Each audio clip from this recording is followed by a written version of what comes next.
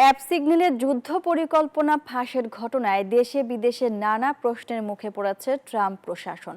Jamaica সফরে এমন প্রশ্নের জবাবের পররাষ্ট্রমন্ত্রী মার্ক রুবিও এটিকে একটি বড় বলে দাবি করছেন। জানান, এই ঘটনায় তথ্য বাইরে প্রকাশের কোনো হীন উদ্দেশ্য ছিল না। এছাড়াও ফাঁস হওয়া তথ্য মার্কিন সেনাদের জীবনের জন্য ঝুঁকিপূর্ণ নয় বলছে পেন্টাগন। এদিকে অ্যাপ সিগন্যালের তথ্য ফাঁসের ঘটনায় প্রতিরক্ষা মন্ত্রী ও জাতীয় নিরাপত্তা উপদেষ্টার পদত্যাগ দাবি করেছে বিরোধী ডেমোক্রেটিক পার্টি। সিগন্যাল নামের একটি মেসেজিং অ্যাপে ইয়েমেনের হামলা সংক্রান্ত একটি গ্রুপ খুলেছিলেন ট্রাম্প প্রশাসনের শীর্ষকর্তারা। আর সেই গ্রুপে যুক্ত করা হয় দ্য আটলান্টিক ম্যাগাজিনের প্রধান সম্পাদক জেফ্রি গোল্ডবার্গকে। সম্প্রতি এক প্রতিবেদনে এই তথ্য প্রকাশ করায় যুক্তরাষ্ট্র সহ বিশ্বজুড়ে শুরু হয় তোলপাড়।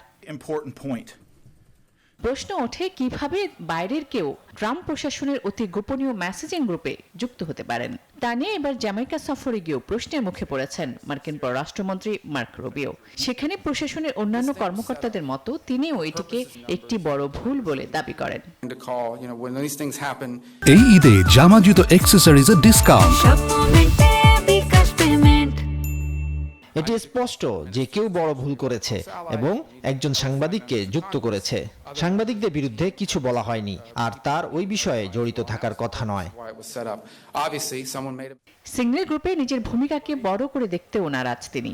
বলেন, যোগাযোগের বিষয়টি যাচাইয়ে তিনি বার্তা দিয়েছিলেন। এছাড়া ফাঁস হওয়া তথ্যের কোনোটি মার্কিন বাহিনীর সদস্যদের জীবন ঝুঁকিতে ফেলবে না বলে দাবি করেছে মার্কিন প্রতিরক্ষা দপ্তর পেন্টাগন। তবে ট্রাম্প প্রশাসনের এসব যুক্তি মানতে নারাজ বিরোধী ডেমোক্রেটিক পার্টি। ডেমোক্র্যাটদের দাবি, হুথিদের উপর হামলার পরিকল্পনা প্রকাশের ঘটনায় রাষ্ট্রীয় গোপন তথ্য ফাঁস হয়েছে, যা জাতীয় নিরাপত্তার জন্য হুমকি। এই ঘটনায় প্রতিরক্ষামন্ত্রী পিট হেগসেথ ও জাতীয় নিরাপত্তা উপদেষ্টা মাইক ওয়ালসের পদত্যাগ দাবি করেন তারা। আসমা তুলি, নিউজ 24।